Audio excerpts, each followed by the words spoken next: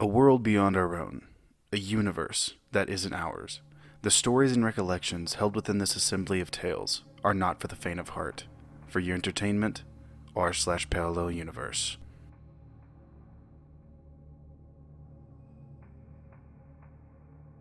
Something strange happened back in 2013. I used to live in a studio apartment in London. I was studying at a university during that time. There was a Sainsbury nearby where I would get my groceries. I used to go there frequently, so I knew the people who worked there. So one day I was heading to Sainsbury as usual. It was the evening time. I exited my apartment and got on the elevator. While I was on the elevator, I experienced something weird, which was really hard to explain. It was like a jump cut, but in the same spot. I also remember experiencing jet lag and motion sickness. I went to Sainsbury anyway, but when I got there, I didn't recognize anybody. I thought maybe they all took a day off or something. I asked the new guys where they were, and they said they'd never heard of them, and that they'd been working there for a long time. I was really confused. I still am to this day. After getting what I needed, I went back to my apartment. I got on the elevator, and the same thing happened again. The next day I went into Sainsbury again and saw the old faces. I asked them if they were here yesterday evening, and they said yes, and that they didn't remember seeing me here. I showed them the receipt, and they were shocked. The address was the same, but the items on the list weren't purchased from them yesterday.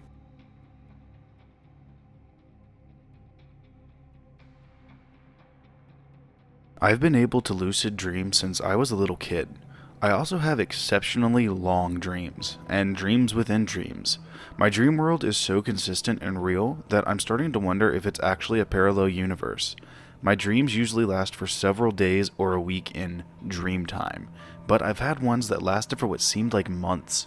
In my dreams, I remember everything that happened in previous dreams. Every bad experience, every good experience. I have a whole different set of memories.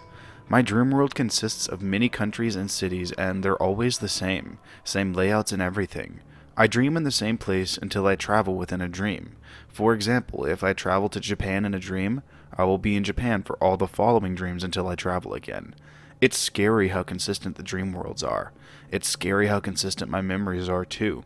If something horrible happens to me in a dream, I'll be suffering from the trauma of it for the next year or two of dreaming. It shapes who I am in the dream world. Another interesting thing is that I have franchises and brands in my dreams that don't exist in real life, but are constantly updated in my dreams. For example, there's a movie series in my dreams called Ripping Through the Shadows, and it's on its 5th installment. Whenever a new installment comes out, usually once every 6 months, I'll go see it in theaters. I literally feel like my dreams are more real than the reality I'm in. The only thing that reminds me that they're just dreams is that I'm unable to hurt myself, and I really try. I'm suicidal in real life, so I'm suicidal in my dreams too. I often try to hurt myself, but it doesn't work.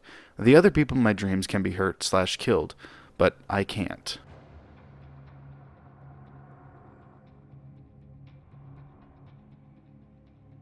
A few years ago, I drove to my favorite local Mexican restaurant to get something to eat.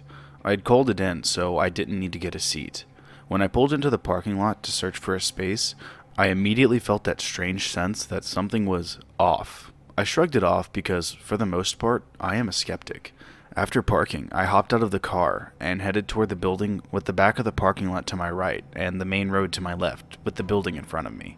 It's a place called Dos Margaritas in Gallatin, Tennessee, if you want to look it up. Anyway, I felt odd and glanced to my right, only to see a group of 8 adults who looked similar in height with all the exact same hair color and all wearing red t-shirts, presumably a family, all staring directly at me and not moving. I turned and picked up speed to get into the building. Just outside the front door to the restaurant, there is a bench where people can wait for a table. 3 guys who were either twins or looked strikingly similar were seated next to one another on the bench, and as I passed, all lifted their e-cigarettes to their mouth in exactly the same fashion, and took exactly the same drag, and blew what appeared to be strikingly similar clouds of smoke. They were all wearing red. I rushed inside, still feeling strange. It felt like a fever dream.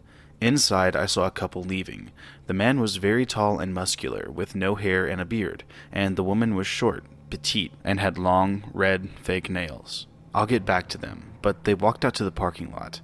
When I got to the counter to pay, I pulled out my credit card and handed it to the cashier and grabbed my bag of food, which was sitting on the counter with my name on it. When he tried to hand the card back, a man was suddenly standing next to me, in a red t-shirt, reaching for the card. I snatched it, and the man just stared at me. "Sorry, I thought it was my card," he said before reaching into his pocket and pulling out his credit card. I swear, he didn't blink the whole time. I pocketed the card and rushed out, convinced I was hallucinating or under some weird stress I was unaware of. I headed toward my car and noticed the strange groups I saw on the way in were gone.